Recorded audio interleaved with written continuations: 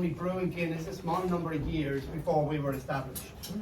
And a couple of very good stories, how we got our name. Back in the 1700s, 1779 was when we were established. And back in those early years, all the funerals coming from Dublin City, going to Dean's Grange, that was the local cemetery, they stopped outside the inn on the Rock Road, that's us, to water, the funeral director stopped outside here to water the horses. And while doing so, the funeral goers would come into the inn because they too wanted to be watered. And on cold, wet days, you guys brought this lovely weather with you. In Ireland, we normally have cold, wet, miserable days. And on those days, the punters coming in would request hot drinks to warm them up on their way to the cemetery. So you had to visualize the whole thing. Back in the 1700s, there was no microwave, no cappuccino machine. We had no electricity in Ireland until the early 1800s. So to produce hot drinks quickly for groups was quite a task. So the landlord came up with this idea that he'd make this big pot of punch. He had the pot sitting on the stove here and he had all the concoction in it. And he created the recipe himself. And the recipe is still on the go today. It's not quite as well known as Guinness, but it's not far off it. It's called mulled wine. Oh. Yeah, so that's where that recipe came from all those years ago. But he didn't call it mulled wine, he called it a hot punch. Yeah, and so he had a lovely fancy bowl sitting on the end of the bar counter, and when the funeral arrived, he'd bring his pot down with all the punch in it, he'd chuck it into this lovely fancy bowl, and instantly, as punters coming in requested hot drinks, he could ladle this into ramekins and serve them right away. Now, you won't get any medals today for that, but back in the 1700s, back in the 1700s, the inn on the Rock Road became famous overnight in Dublin City for this whole new way of serving drinks. It started a whole new trend. At that time, the landlords were putting their names over the doors of these old inns just to differentiate them, and we went straight in as the Punchbowl. And would you believe it? The name has never changed. Wow. Yeah, the name. One landlord put his name over the door. He was only here for a very, very short period of time. But I'm very sorry, but there was nothing any more exciting about that. That was how we got our name. 100 years on from that, the landlord that was here at that time, he wanted to mark the occasion and he re-registered us as the Old Punchbowl. So there's where the old came from. Now, over 250 years later, Catherine's saying to me, we should be going back and re-registering as something. We're open to ideas, but the ancient bowl, the really old bowl, we don't know, but we might have to start a competition on Facebook maybe to get the name for that. But so that's how we got our name. How we come to be here in the first place. In Ireland, in those early years, all the major towns and cities all had these inns built on a 3-mile radius going into the town or the city. And I think it was very clever. The travellers coming from the country, mostly by horseback, they could stop at the inn, have their horse watered and fed. They themselves could take a room, they could wash, change into their evening wear, have dinner if they so wished, and then continue on into the city for whatever entertainment they were going for. So they were very well used, they were very popular, and before anyone asked, there was no overnight accommodation in these at all. They were just purely and simply for this one purpose. And but they were very popular, very well used, and lots of them because all the towns were surrounded by them. And it's sad for me to say that over 80% of these inns are now gone. Wow. Yeah, when it came to widening roads, they were in the way, they had to knock them down. The ones that weren't, they got derelict and got forgotten about when they put ring roads in around the towns. For whatever reason, they're gone. And that's why we're so proud the old Punchbowl is still serving good food and drink all these years later. So that's just enough about the pub. And you see, my wife's just gone into the kitchen there now, so she, well, she doesn't mind anyway. But I sometimes think she was here back in those days because she knows everything, But, and she didn't hear me. But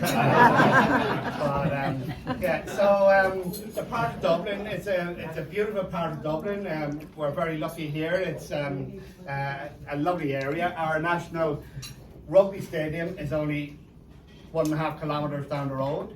You're overlooking Boortown Marsh over here, and the bird sanctuary is in there. It's quite a wonderful tourist attraction. But the biggest thing of all is you're looking out here onto Dublin Bay. And all the ships going and coming from Dublin Port pass in here via Dublin Bay.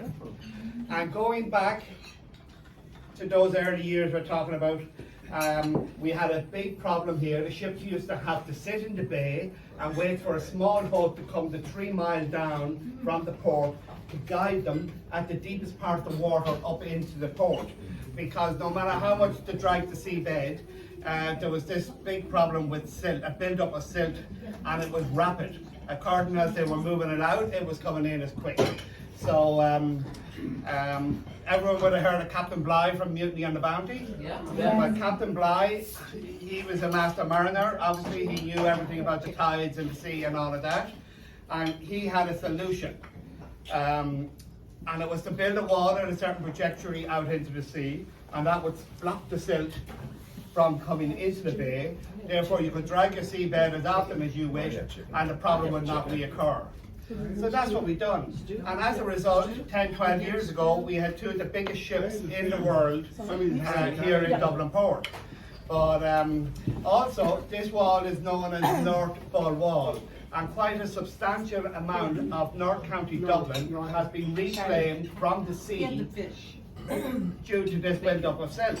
And indeed, one of our most famous golf clubs, Royal Dublin, has a lovely plaque as you're driving into it saying, "Thanks to Captain Bligh, we're here." So there you are. It wasn't all sunshine and roses. 1807, we had a disaster out here in the bay. We had a very famous ship, the Prince of Wales. It was in Dublin overnight. The captain had his family and crew on board, and he also had 120 Portuguese soldiers. He was advised not to sail this particular morning because the weather was so bad. He insisted on going, and he only got as far as the bay here when the ship foundered. And the captain had enough lifeboats to get his family and crew up to the beach here in safety. But the 120 soldiers, they all drowned. Oh my God. Yeah. So afterwards, you can imagine, there was a big inquiry into it, and they checked it out anyway, and they discovered that the soldiers were all locked into their quarters, so they couldn't have gotten off the ship, even if there was enough lifeboats. So the captain was arrested, and he was put on a murder charge. And to everyone's horror and amazement at that time, he got off with the charge because there was no witnesses. They had all died. Oh my God. Yeah. So what they done, they got the 120 bodies, and they blessed a little plot of land a couple of 100 yards down the road here, and that's where they buried them. The Maritime Museum in England has a lovely memorial done up in honour of the 120 soldiers just buried off the rock road here in Booterstown. So if it was any consolation, at least they got a mention in the history. So on a musical note, we had a very famous Irish tenor, Count John McCormick. And John McCormick went out to America in 1901. He hit the big time over there. He was the first one to have a #1 with It's a Long Way to Tipperary. So that was Count John McCormick. And he was very good to the Irish immigrants in those early years because they were leaving here in their thousands. When he retired, he came back to his home place just down the road here, and it said that he used to frequent the inn here and he'd eat and drink here, So, and on occasions, it's been reported that he would even sing and entertain people. So you guys don't know how lucky you are that I can't sing or I'd be trying to entertain us. That wouldn't be very good. But so that was just a few. Oh, sorry, and also on a musical thing, we had this was the main thoroughfare into Dublin from the south, okay, and In those years, one of our most famous Irish ballads. The author of that was so inspired by the views on this very rock road where the pub stands that he named the ballad after it, and he called it the Rocky Road to Dublin. So folks, thank you very much for your time. I hope you enjoy the rest of your evening, and I might have a chat with you before you go.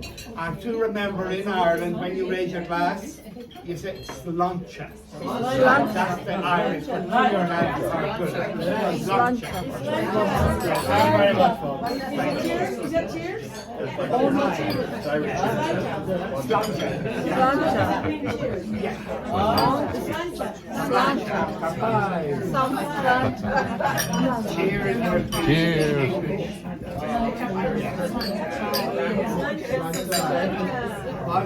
That's it. Cheers. Cheers. Okay. Cheers. So now you can change that. Sláinte. Okay guys, we're waiting for dinner. I ordered the hot dog, fish, and then Ben ordered the stew, the beef stew. I'll see you in a little bit. Bye bye.